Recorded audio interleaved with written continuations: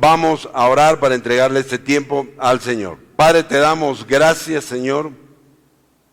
Gracias por tu amor, por tu misericordia, Señor. Gracias por tu palabra, que es una espada de doble filo, Señor, y penetra hasta lo más profundo de nuestro ser, Señor. Oro para que cualquier cosa de tu palabra que prediquemos esta mañana pueda tocar el corazón de una persona, Señor, o de todos, y que podamos salir cambiados, renovados, transformados, Señor, solo por el poder de tu palabra y no por lo que yo diga, Señor. Así que oro, Señor, para que tu palabra penetre en nuestros corazones, Señor, y quede implantada, Padre Celestial. Oramos también para escuchar de ti, Señor, a través de tu Espíritu Santo. Así que úngenos con tu poder, Señor, con tu Espíritu, Señor, y haznos sensibles a escuchar tu voz y tu dirección. Todo esto te lo pedimos y te lo agradecemos en el nombre de Cristo Jesús. Amén. Amén. Continuamos entonces nuestro estudio que titulamos La Iglesia dotada del poder del Espíritu Santo. Y como vamos a ver a lo largo de este estudio del libro de Hechos, sin el poder del Espíritu Santo somos una iglesia muerta. Necesitamos la dirección y el poder del Espíritu Santo, prometido por el Señor Jesucristo antes de ascender, cuando les dijo a los apóstoles: yo me voy, pero les dejo la promesa de mi Padre, el poder del Espíritu Santo que estará sobre ustedes. Así que, y la semana pasada terminamos de estudiar el capítulo 5 de este libro, el libro de Hechos de los Apóstoles, y lo último que vimos fue cómo los apóstoles fueron encarcelados por predicar el Evangelio. ¿Alguno de ustedes ha sido encarcelado por predicar el Evangelio? No digan no, digan todavía no, porque va a llegar un momento en que posiblemente vamos a ser encarcelados por predicar el Evangelio. Hay en otros países donde ya son encarcelados por predicar el Evangelio. Inclusive en Bolivia no puedes ya predicar el Evangelio en las calles. Así que estamos cerca. Pero lo último que vimos fue cómo los apóstoles, ¿no?, después de ser encarcelados, vino un ángel y los liberó. Vino un ángel y abrió las puertas de la cárcel. Los vigilantes, los gendarmes, los que estaban ahí cuidando, no se dieron ni cuenta.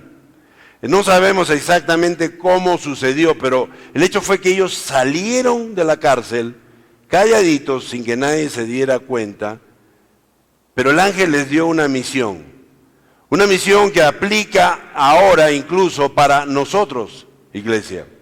Y esa misión fue: vayan y continúen haciendo lo que han estado haciendo antes de que los encarcelen. O sea, vayan con el riesgo de que puedan ser encarcelados una vez más, pero vayan y prediquen el Evangelio. Iglesia, como les decía, esa misión no ha cambiado, sigue siendo la misma, aún para nosotros. Y es más, y qué mayor oportunidad ahora en estas fiestas de Navidad, que podamos nosotros predicar el Evangelio a nuestros familiares, a nuestros amigos que van a venir de visita con seguridad.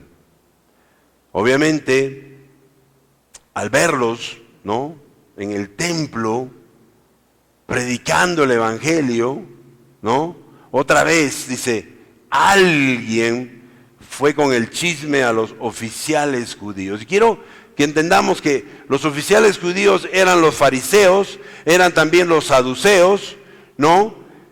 Todos ellos conformaban el Sanedrín, que era como una corte suprema judía, ¿no?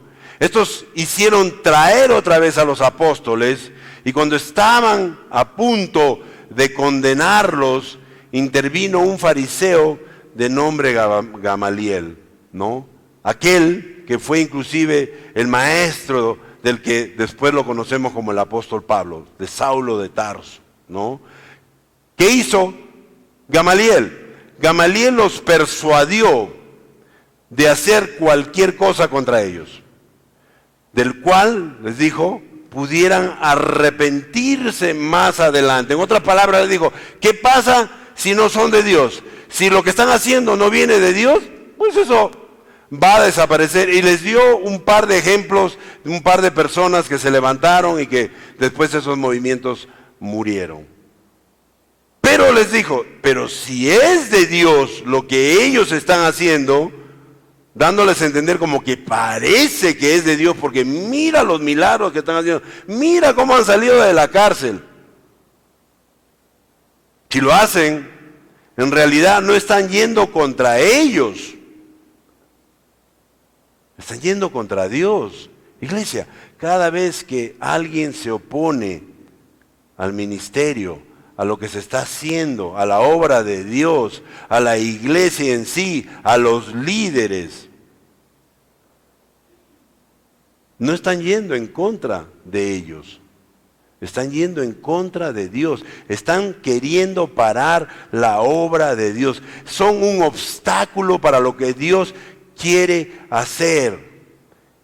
Y no es que van a ser un obstáculo, porque Dios es poderoso y lo va a hacer con o sin. Pero acordémonos bien de eso. Cuando estamos en contra de un líder, de un ministerio, de una iglesia, de la obra de Dios, están yendo en contra de Dios directamente. Y luego en los versículos 14 y 40 y 41 del versículo 5 dice, entonces llamaron a los apóstoles y luego de azotarlos, les ordenaron que no hablaran más en el nombre de Jesús. Después de eso, los soltaron. Así pues, los apóstoles salieron del consejo llenos de gozo por haber sido considerados dignos de sufrir afrentas por causa del nombre. Espérate, creo que he leído mal. Después que los azotaron, salieron llenos de gozo. Yo creo que el autor se confundió, ¿no? ¿Qué creen ustedes? Aquí vemos que los oficiales judíos, después de escuchar el consejo de Gamaliel, acordaron que lo mejor era soltarlos. Yo creo que ellos en el fondo sabían que eso era lo mejor. No podían negar los milagros que habían visto. No podían mirar cómo el cojo estaba caminando. No podían negar cómo habían salido de la cárcel sin que los vigilantes se dieran cuenta. No podían negar cómo el evangelio se estaba expandiendo a toda Jerusalén. Pero ¿qué nos muestra esto? Esto nos muestra que Dios había usado a Gamaliel. No sabemos si él era cristiano o no. Algunos dicen que sí, otros dicen que no. No lo sabemos. Pero Dios usó a Gamaliel como su instrumento para salvar la vida de sus siervos. ¿Y saben qué? Dios va a usar cualquier cosa, iglesia. Dios va a usar cualquier cosa. Dios puede usar un burro. No me miren. Dios puede usar una vaca. Cualquier cosa para cuidarnos, para protegernos. Porque Dios nos ama. Y Dios nos llama sus hijos. Juan 1:12 lo dice. Porque todo aquel que lo recibió será llamado hijo de Dios. Somos sus hijos. Y Él nos va a proteger. Yo te pregunto, si tú tienes un hijo, ¿lo proteges? ¿O lo dejas ahí? Tírate del abismo. No, ¿no es cierto? Lo vas a proteger, por más mal que se porte. Como padres, como madres, nuestra labor es proteger a nuestros hijos. ¿Qué más Dios, el Todopoderoso, que nos ama tanto, nos va a proteger? Sin embargo, aquellos hombres religiosos no quisieron dejarlos ir sin ningún castigo. Y por ello los azotaron. Y después los llamaron y los amenazaron, diciéndoles que no hablasen más en el nombre de Jesús.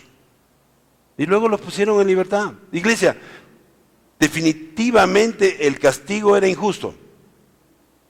El castigo era doloroso. Pero los apóstoles, en lugar de quejarse, salieron gozosos. Algo que para el mundo podría pensarse que estaban locos. Están locos, they crazy, locos de la cabeza. Pero no, ellos salieron gozosos porque habían sido dignos de sufrir por causa del Evangelio. Y es que todo sufrimiento o padecimiento por causa del Evangelio representa o debe representar un verdadero honor para nosotros, los que hemos creído, iglesia. Ya que así como nuestro Señor Jesucristo sufrió, de la misma manera nosotros estamos expuestos a padecer por causa de su nombre. Hay un versículo en Apocalipsis 2:10 que nos dice, no tengas miedo de lo que estás por sufrir. ¿Qué quiere decir eso? Está asegurándonos que en algún momento vamos a sufrir por el Evangelio. Es una garantía. No lo digo para que se asusten, pero es una garantía. Dice, te advierto que el diablo meterá a algunos de ustedes en la cárcel para ponerlos a prueba y sufrirán aflicciones durante 10 días. Sé fiel hasta la muerte y yo te daré la corona de la vida. Sé fiel hasta la muerte y yo te daré la corona de la vida. Y yo creo que esa es la clave, iglesia. Yo creo que la clave es ser fieles hasta la muerte. ¿Para qué? Para recibir la corona de la vida eterna. ¿Quién no quiere recibir la corona de la vida eterna? Levante la mano. Todos queremos recibir la corona de la vida eterna, ¿no es cierto? Todos queremos estar seguros que el día que salimos de este cuerpo vamos a estar en la presencia del Señor para la eternidad. Pero luego dice el versículo 42, y día tras día en el templo y de casa en casa no dejaban de enseñar y anunciar las buenas noticias de que Jesucristo, de que Jesús es el Cristo. Pero, ¿no les habían prohibido que hablaran de Cristo hace un ratito? ¿No los habían azotado? ¿Habían estado en la cárcel? ¿Los habían golpeado? 39 latigazos, es doloroso. Si no me crees, a la salida ahí te doy 10 nomás para que veas. Es dolorosísimo. 39 latigazos. Sin embargo, ¿qué estaban haciendo? Seguían predicando la palabra. Esto nos muestra, iglesia, que los apóstoles, a pesar de ser castigados, de haber sido castigados, a pesar de haber sido amenazados a no predicar el Evangelio, ellos fueron fieles a lo que dijeron anteriormente. ¿Se acuerdan lo que dijeron anteriormente? Es necesario obedecer a Dios antes que a los hombres. Y ese debe ser un modelo de vida para nosotros, iglesia. Que es necesario obedecer a Dios, obedecer sus mandatos, obedecer su palabra, antes que obedecer a los hombres. Y así continuaron su obra de llenar Jerusalén con la doctrina de Cristo. Vamos ahora sí al capítulo 6 del libro de Hechos y vamos a estudiar solamente los versículos del 1 al 7. Y en este pasaje vamos a ver un momento crucial en la historia temprana de la iglesia. Que a medida que el cristianismo crecía, también crecían los desafíos y las necesidades dentro de la comunidad de creyentes. Este pasaje nos presenta una crisis interna en la iglesia primitiva, pero también nos muestra cómo, bajo la dirección del Espíritu Santo, los apóstoles pudieron resolver el problema de una manera sabia y eficaz, promoviendo así la unidad, el servicio y el crecimiento en la iglesia. La comunidad cristiana del primer siglo estaba en pleno crecimiento, pero como todo ministerio que está en crecimiento, enfrentaban desafíos internos. Y uno de esos desafíos estaba relacionado con las necesidades de unas viudas griegas, dice el texto. Así que a través de este pasaje podremos aprender lecciones fundamentales sobre cómo la iglesia debe responder ante la crisis, ante los desafíos, cómo delegar responsabilidades y, lo más importante, cómo mantener el enfoque en lo que es esencial para la misión del Evangelio. Así que Hoy vamos a reflexionar sobre cómo este pasaje nos enseña principios importantes para nuestra vida cristiana y cómo podemos aplicar estas lecciones en nuestra iglesia hoy en día. Así que leamos entonces Hechos 6, el versículo 1, que dice: en aquellos días, al aumentar, escuchen bien, en aquellos días, al aumentar el número de los discípulos, se quejaron los judíos de habla griega contra los de habla hebrea, de que sus viudas eran desatendidas en la distribución diaria de los alimentos. Punto 1, si estás tomando nota, la aparición de problemas y dificultades. Este versículo empieza diciendo en aquellos días. Esto significa que hace 2000 años aproximadamente, los problemas y necesidades que tenía la iglesia no han cambiado. Siguen siendo los mismos. Lo que quiero decir es que hoy, en la actualidad, tenemos los mismos problemas y necesidades a medida que vamos creciendo. Pero luego dice, al aumentar el número de discípulos. Se cree que entre Hechos 5 y Hechos 6 habían pasado por lo menos 5 o 6 años. Así que era lógico que el número de discípulos había aumentado y por ende también los problemas. Y aquí vemos cómo Lucas, el apóstol Lucas, el escritor de este libro, nos habla ahora de otra crisis en la iglesia.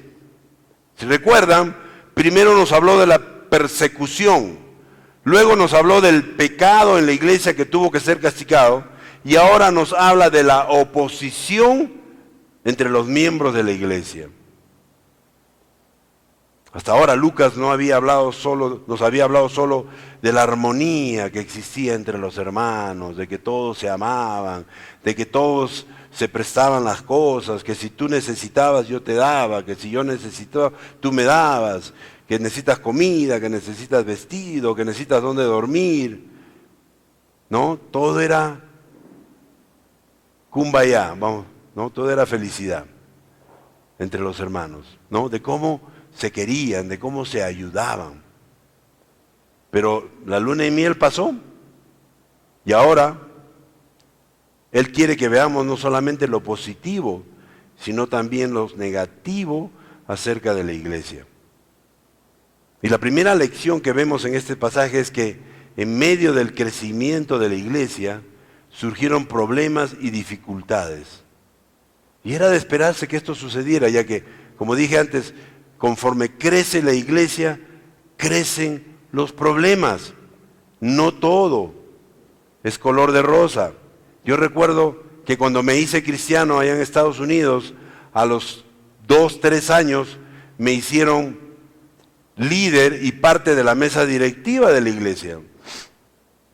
Yo hasta ese momento vivía de la luna de miel, todo era felicidad, todo era lindo, precioso. Cuando estuve ya en la directiva, empecé a entender las cosas de otra manera, a ver las cosas de otra manera. ¿Qué? ¿Que el hermano qué? ¿Ha hecho qué? ¿Que está enjuiciando a la iglesia?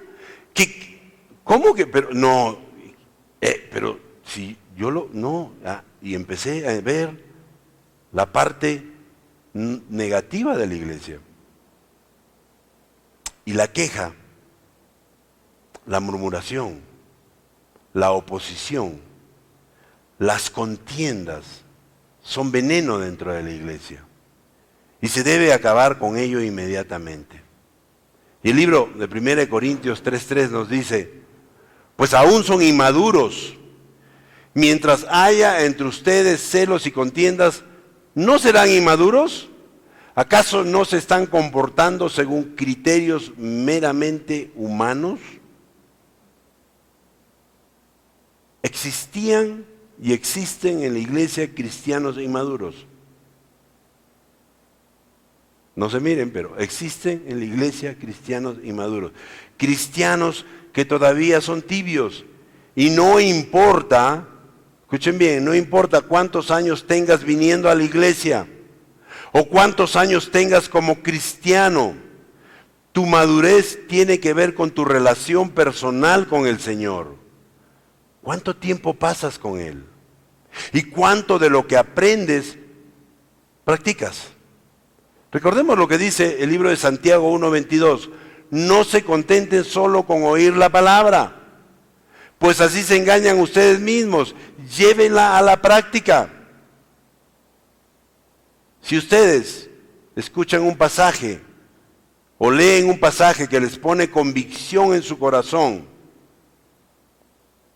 y no lo ponen en práctica, por aquí entró, por aquí salió.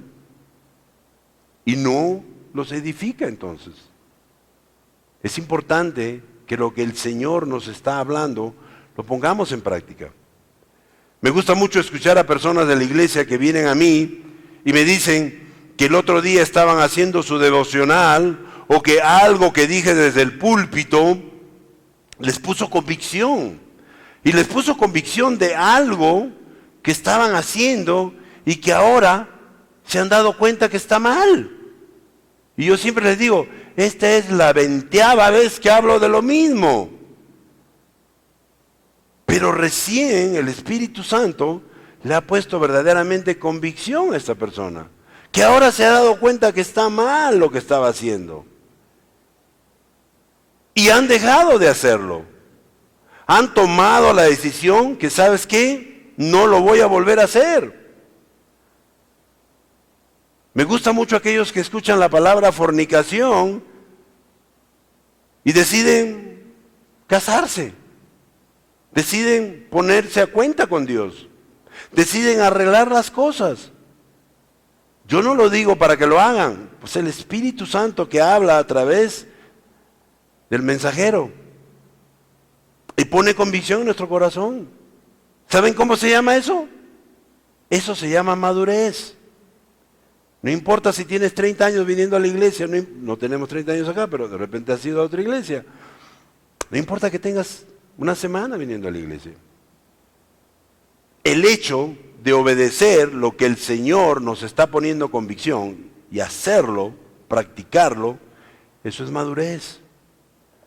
La forma en que abandonamos los desacuerdos entre los miembros de la iglesia tiene mucho que ver, la forma como, abordamos, cómo actuamos frente a los desacuerdos de los miembros de la iglesia, tiene mucho que ver con la naturaleza de la discusión. El conflicto de la iglesia puede surgir por diferencias de opinión, desacuerdo con el liderazgo o casos de pecado. Cada uno de estos requiere un enfoque diferente, aunque todos ellos necesitan compartir ciertos principios básicos, iglesia. Necesitamos confrontar, necesitamos enfrentar los desafíos, los desacuerdos, pero bajo un principio básico. Y Efesios 4:15 nos dice, más bien, al vivir la verdad con amor, creceremos hasta ser en todo como aquel que es la cabeza, es decir, Cristo. Esto quiere decir, iglesia, que cualquier desacuerdo entre los miembros de la iglesia debe basarse en el amor y la benignidad. El objetivo de cada discusión debe ser la unidad, debe ser no ganar, no promover nuestra propia agenda. Además, es crítico que estas discusiones se basen en la verdad. Esto significa ver más allá de las apariencias, ver más allá de los chismes, las suposiciones, lo que él me dijo, lo que alguien te dijo, o las ideas preconcebidas, que fulano es así, que mengano es asá, que no le vayas a hacer caso, que mira cómo te mira, que mira cómo habla.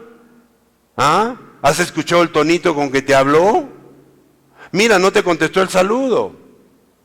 Y empiezan los desacuerdos, empiezan las quejas y empiezan la división dentro de la iglesia. Proverbios 18:13 nos dice, es necio y vergonzoso responder antes de escuchar. Y con esto quiero decir, antes de escuchar ambas partes.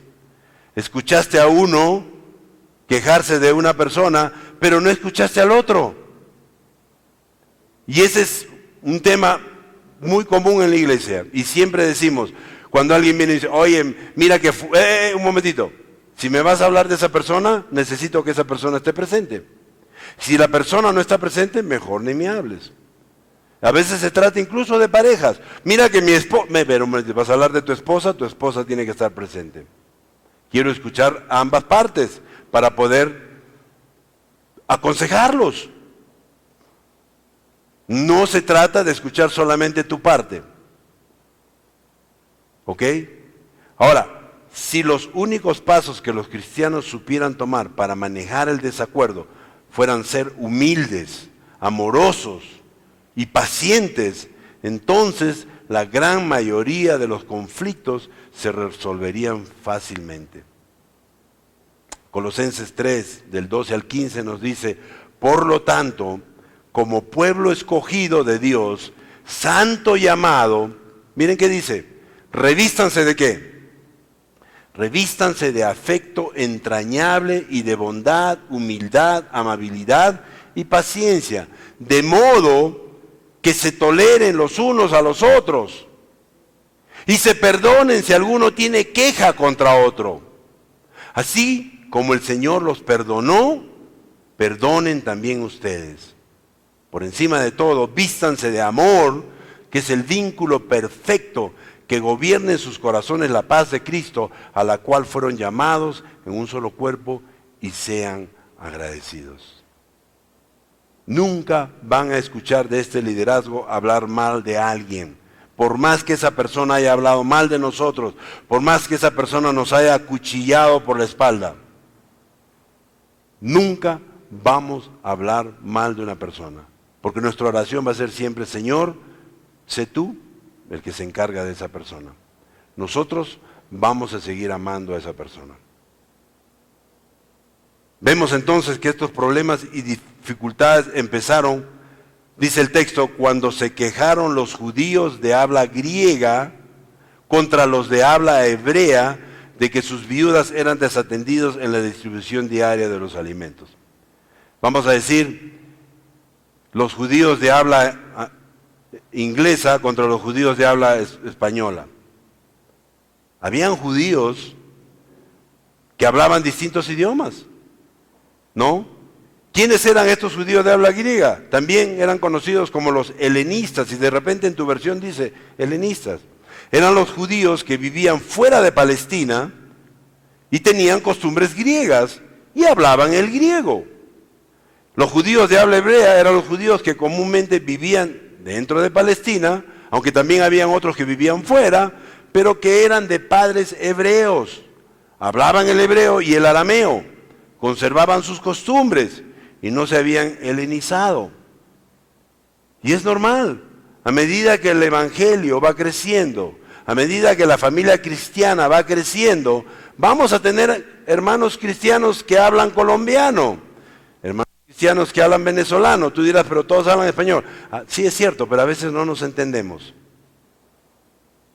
Nosotros decimos sandía a la fruta, ¿no es cierto? En Venezuela dicen patilla. Nosotros decimos papaya, ellos dicen lechosa. Nosotros decimos retrocede, ellos dicen vengan para atrás. Y a veces no nos entendemos. Ahora, imagínense francés, inglés, alemán, etcétera, etcétera. El libro de Filipenses 3:5 nos muestra un ejemplo del apóstol Pablo cuando él mismo dice, explicándole a los demás judíos, le decía, circuncidado al 8º día, del pueblo de Israel, de la tribu de Benjamín, ¿qué dice? Un verdadero hebreo, o sea, un verdadero judío hebreo en cuanto a la interpretación de la ley, fariseo. Entonces, esto nos muestra que conforme el evangelio crecía, pues crecía el número de personas con distintas lenguas, ¿no? Ahora, dice que sus viudas eran desatendidas. Este sí fue un problema real. No era simplemente una queja sin fundamento, era una necesidad legítima que debía ser atendida. Sin embargo, lo que nos llama la atención es que la queja, la murmuración, es mencionada. Porque si había un problema, es más, si hay en estos momentos un problema aquí en la iglesia, donde una persona de repente no tiene para pañales o no tiene qué comer, pero en lugar de venir al liderazgo, y tenemos un ministerio de benevolencia, en lugar de venir a nosotros, empiezan ustedes a quejarse, a murmurar, miren que el pastor ya se compró una camisa negra nueva y yo estoy sin pañales. ¿No? O miren que esto, que el otro, que Loida está con zapatillas nuevas y yo no tengo pañales, y cómo es posible, qué están haciendo con el dinero, qué están haciendo con los diezmos. Y empiezan con estas ideas preconcebidas, empiezan a murmurar y contagian al resto. Y lo único que están causando es división. Y están parando el evangelio. No están yendo contra mí, no están yendo contra la vida, no están yendo contra la iglesia. Están yendo contra Dios. Algo tan simple que se puede solucionar, sin embargo aquí vemos que hay queja, hay murmuración, ¿no? Y el autor lo menciona por una razón, porque la queja, la murmuración no es bueno dentro de la iglesia. Si somos realmente hermanos en Cristo, podemos solucionarlo de otra manera. Otra vez vemos que en la iglesia no existió ningún plan para que todos los discípulos tuviesen la misma cantidad de dinero. Esto no era un socialismo o un comunismo, ¿no? O la misma cantidad de bienes. ¿Sabes qué? Tú tienes 3 apartamentos, quédate con uno y dale uno a él y otro a él. No, eso no funciona. No ha funcionado en Cuba, no ha funcionado en Venezuela, ni en Nicaragua, no va a funcionar. No funciona así. Lo que está diciendo aquí, lo que estamos viendo, simplemente significa que la iglesia suplía la necesidad inmediata de los miembros. ¿No tienes que comer? Pues vamos a comprarte una canasta para que comas. Vamos a comprarte lo necesario para que comas. Lo hacemos y lo seguimos haciendo y lo seguiremos haciendo. Es parte del trabajo de la iglesia. Así que este problema tuvo que ser resuelto lo más pronto posible. ¿Para qué? Para que la paz de la iglesia no se destruyera. Miren, recién comenzaba la iglesia, era el primer siglo de la iglesia y ya empezaban los problemas. El plan de los apóstoles para remediarlo fue un plan muy sabio y todos quedaron conformes y contentos y pronto se acabó la queja y la murmuración. Iglesia, cuando hay problemas de esta clase, en lugar de quejarse, conviene mejor explicar el problema de una manera hermanable. Porque en este caso sería muy difícil creer que los apóstoles u otros hermanos hebreos quisieran desatender a las viudas griegas o no quisieran darles de comer a las viudas griegas. Eso no era lo que estaba pasando. Ya que la iglesia practicaba en esa época, como practica ahora, la benevolencia. Lo vemos en el libro de Romanos 15 al 27, cuando dice, por ahora voy a Jerusalén para llevar ayuda a los hermanos. Ya que Macedonia y Acaya tuvieron a bien hacer una colecta para los hermanos pobres de Jerusalén. Lo hicieron de buena voluntad, aunque en realidad era su obligación hacerlo. ¿Por qué? Si los judíos han participado de las bendiciones espirituales de los judíos, están en deuda con ellos para servirles con las bendiciones materiales. Eso es, y no solamente tiene que ser la iglesia, lo estamos viendo ahí. Si tú ves que tu hermano está pasando por necesidades y tú tienes los recursos para ayudarle, no esperes por la iglesia. Es más, de repente el Señor te lo está poniendo al frente para que tú seas el instrumento de Dios que Dios use para ayudar a ese hermano. Ya que la iglesia practica la benevolencia. Esto nos muestra que incluso en una iglesia llena del Espíritu Santo pueden surgir problemas y malentendidos. Por si acaso, la iglesia no es perfecta. La iglesia no es perfecta. Y los cristianos no estamos exentos de conflictos. Entendamos una cosa, que la iglesia, por si no saben, el concepto de qué es una iglesia, ¿saben lo que es una iglesia? Es una reunión de pecadores. Así que en nuestras iglesias y comunidades siempre habrá desafíos y tensiones. ya sea debido a las diferencias culturales, sociales, económicas, y las expectativas no cumplidas junto con las necesidades no atendidas puede generar divisiones, pero también puede haber sido por la falta de ayuda necesaria. La mies es mucha, pero los trabajadores son pocos. Eso siempre sucede conforme vamos creciendo. Aumenta la necesidad, pero no hay suficiente gente para ayudarnos. Y desgraciadamente, los pocos que servimos en la iglesia, a veces no nos damos basto para todas las necesidades de la iglesia. Sin embargo, debemos recordar que los problemas no nos deben desviar. No deben desviar nuestra atención del propósito principal de la iglesia. ¿Cuál es el propósito principal de la iglesia? Predicar el evangelio y crecer en la fe. Así que, en lugar de caer en la queja o en la murmuración, debemos buscar soluciones sabias y trabajar unidos. Si escuchas una queja, hey, no te quejes, vamos a hablar con el pastor, vamos a hablar con Sandra, vamos a hablar con uno de los líderes. ¿Cuál es tu problema? ¿Cuál es tu necesidad?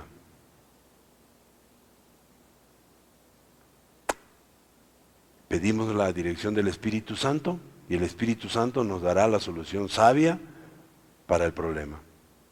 Leamos ahora el versículo 2,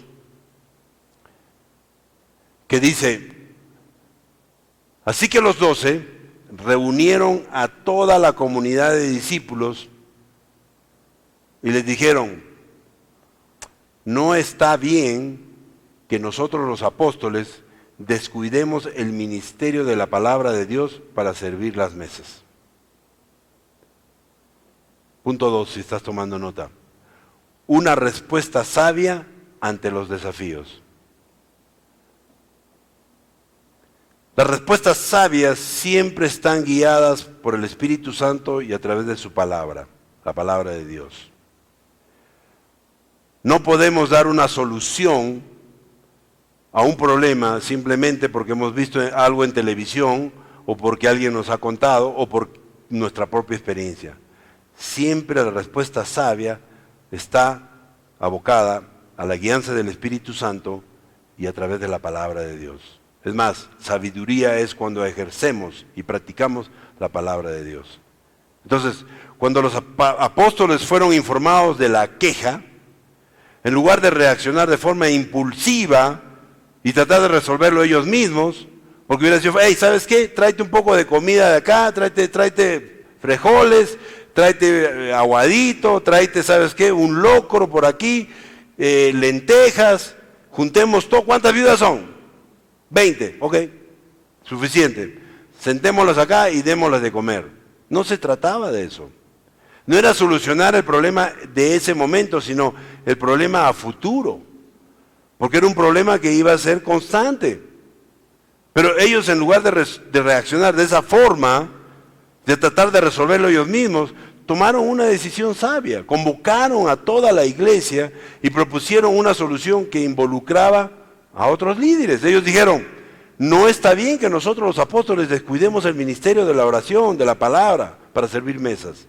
Ellos no estaban diciendo que el servicio a las mesas no era importante, o que ellos eran más que los que iban a servir en la mesa. No, no se trataba de posición ni quién era más importante, sino que su llamado específico era a la oración y al ministerio de la palabra. ¿Cuál es tu llamado? ¿Cuál es tu llamado? Pregúntate, ¿a qué te está llamando Dios?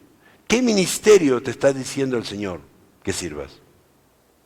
¿Cuál es tu llamado? ¿Cuáles son tus dones? ¿Cuáles son tus talentos? Vemos aquí el grupo de alabanza. Cada vez hay más jóvenes cantando, tocando, y cada vez suena mejor, ¿no es cierto?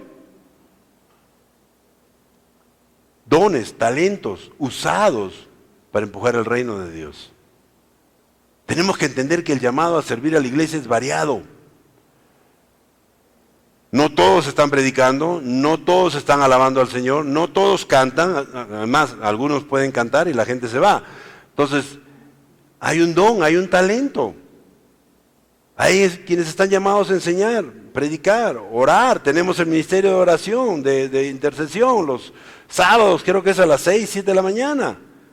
Hay un grupo que se levanta temprano y está orando por la iglesia, está orando por el liderazgo, está orando por cada uno de ustedes, por las necesidades de ustedes. Y no les voy a decir quiénes son, porque ellos sirven anónimamente. Dios lo sabe. Así que mientras otros son llamados a servir en otras áreas, como la administración, la atención a los necesitados, contabilidad, limpiar. Hay que limpiar esta iglesia. En nuestra iglesia local necesitamos reconocer que todos tenemos un papel importante. No todos pueden hacer todo. Y debemos saber delegar y confiar en otros hermanos que tienen los dones y la capacidad para llevar a cabo diversas tareas en el cuerpo de Cristo. Además, los apóstoles nos enseñan que debemos priorizar la oración y el ministerio de la palabra. En el caso del pastor o líder espiritual, no debe descuidar su llamado principal, que es predicar el evangelio, enseñar la palabra de Dios y orar por el pueblo. En cuanto a la palabra servir, en el griego es la palabra diakonein, que viene de la misma raíz de diaconía, que significa distribución. Y de ahí viene la palabra diácono, que se emplea con más frecuencia en el Nuevo Testamento. Lo podemos ver en el libro de Filipenses 1:1, que dice: Pablo y Timoteo, siervos de Cristo Jesús, a todos los creyentes en Cristo Jesús que están en Filipos, junto con los obispos y diáconos. Algunos suponen que en este caso es el primer ejemplo de haber diáconos en la iglesia. Puede ser, puede que sí, puede que no, ¿ok? Pero en cuanto a la obra de los diáconos, no es prueba de que esta obra es más secular que espiritual. Es decir, que la obra de ellos no se limita a servir mesas, cuidar de la propiedad, encargarse de asuntos financieros, etcétera, etcétera, limpiar, no, porque no hay ningún texto que indique esto. Al contrario, todo diácono es un siervo, pero a la vez debe imitar a los apóstoles en dedicarse a la palabra. Es más, el hecho de que yo venga a limpiar, el hecho de que yo venga a cantar, el hecho de que yo venga a predicar, el hecho de que yo esté en el servicio de niños, no impide mi labor de la gran comisión y de hacer discípulos, predicar el evangelio. Oye, predícale el evangelio a fulano. No, yo soy diácono, yo solamente sirvo mesas, yo solamente limpio. No, eso no significa que ahí quedó, ese es tu servicio, pero tu llamado a evangelizar, a predicar la palabra, es para todos, en todo momento, en todo lugar. Primera de Timoteo 4:13 nos dice: en tanto que llego, dedícate a la lectura pública de las Escrituras y a enseñar y animar a los hermanos. Predicar en esos tiempos era pararse y leer la Biblia. Eso era predicar. Pararse en un sitio público y leer la Biblia. ¿Ok? Entonces, vemos aquí que el diaconado, el servir, no nos impide nuestra labor como evangelistas. Es un mandato de Dios y debemos hacerlo en todo momento, en todo lugar. Veamos para terminar los versículos del 3 al 6, que dicen: hermanos, continúa diciendo aquí Pedro, escojan de entre ustedes a 7 hombres de buena reputación, llenos del espíritu y de sabiduría, para encargarles esta responsabilidad. Así nosotros nos dedicaremos de lleno a la oración y al ministerio de la palabra. Esta propuesta agradó a toda la asamblea. Escogieron a Esteban, hombre lleno de fe y del Espíritu Santo, y a Felipe, a Prócoro, a Nicanor, a Timón, a Pármenas y a Nicolás, que era de Antioquía y se había convertido al judaísmo. Los presentaron a los apóstoles, quienes oraron y les impusieron las manos. Punto 3, y con esto terminamos: elegir personas de buen testimonio. Y esto es importante, iglesia. Tenemos que elegir personas de buen testimonio. para servir en la iglesia, para servir en un ministerio, tienen que ser personas de un buen testimonio. No pueden ser personas que tienen 2, 3 esposas, no pueden ser personas que se emborrachan los fines de semana. No, tienen que ser personas de buen testimonio. Aquí se nos muestra un principio clave para la resolución de conflictos, ¿no? Y para el crecimiento de la iglesia. La delegación, ¿no? Tenemos que delegar, pero tenemos que delegar con sabiduría. Y los apóstoles no trataban de hacer todo ellos mismos. Confiaron en otros hermanos en la fe, para que se encargaran de las necesidades prácticas de la iglesia, permitiéndoles así concentrarse en su llamado primordial. Dice el versículo 3, hermanos, escojan de entre ustedes a 7 hombres de buena reputación, llenos del Espíritu Santo, que tengan sabiduría. 7 hombres de buen testimonio. 7. ¿Por qué 7? Es el número perfecto. Es el número perfecto de Dios. 7 días, 7 noches, en 7 días la creación, etcétera, etcétera. 7 era el número perfecto. La solución propuesta por los apóstoles fue seleccionar a estos hombres de buena reputación, pero llenos del Espíritu Santo, con sabiduría. ¿Para qué? Para encargarse de este ministerio de servicio. Y la iglesia acordó esta propuesta y ellos eligieron a Esteban, a Felipe y a los 5 otros hombres piadosos. Y aquí está el plan bíblico, que aunque los apóstoles eran hombres inspirados, ellos no usurparon el derecho de la iglesia local para escoger sus propios líderes. No tenían más alto concepto de sí que el que deberían tener. Ellos no querían enseñorearse de los hermanos. No creían que sería muy peligroso poner un asunto tan delicado en manos de los hermanos. Los apóstoles simplemente no eran dictadores. Tenían confianza en sus hermanos. En otras palabras, ellos podían haber venido con 20 nombres. Miren, aquí tenemos 20 personas que pueden servir. Obviamente los apóstoles fueron los que escogieron de acuerdo al testimonio que estas personas tenían. Romanos 12, 3 nos dice, por la gracia que se me ha dado, digo a todos ustedes, nadie tenga un concepto de sí más alto que el que debe tener, sino más bien piense de sí mismo con moderación, según la medida de fe que Dios le haya dado. Si alguno no fue elegido, no vemos que se quejó. Simplemente aceptó, ¿no? Aceptó porque no tenía un concepto de sí más alto que el que debe tener. Y muchas veces sucede, ¿por qué escogieron a fulano para que haga este servicio? ¿Y por qué no me escogieron a mí? Yo que vengo de una iglesia donde he trabajado 15 años con los jóvenes o con los niños o con las mujeres o con los hombres. Y sin embargo él, que recién tiene un año aquí, ya lo pusieron a servir. ¡Hey! Buscamos personas llenas del Espíritu Santo y que tengan un buen testimonio. Y si no te hemos escogido, quizás sea porque todavía no te conocemos. Y necesitamos conocerte primero. Y necesitamos que Dios te conozca. Y que Dios nos hable. Calvary Chapel, aquí tenemos el hábito de escoger líderes que ya están haciendo sus funciones como tal. Si tú ya estás ejerciendo el servicio a los niños, pues lo haces por un buen tiempo, lo haces bien, tienes un buen testimonio, pues te ponemos como líder, si tú quieres. ¿Vienes a cantar? Pues canta un par de veces. Y si eres constante, si eres responsable, vienes a tiempo, practicas a tiempo, pues te ponemos en la banda.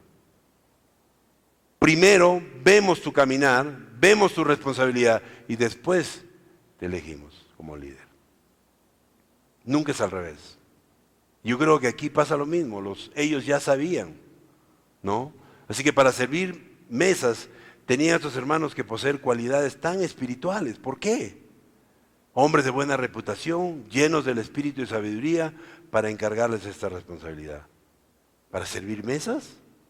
En primer lugar, estos deberían poseer estas cualidades porque no solamente iban a servir mesas, sino también promover la armonía donde existía conflicto.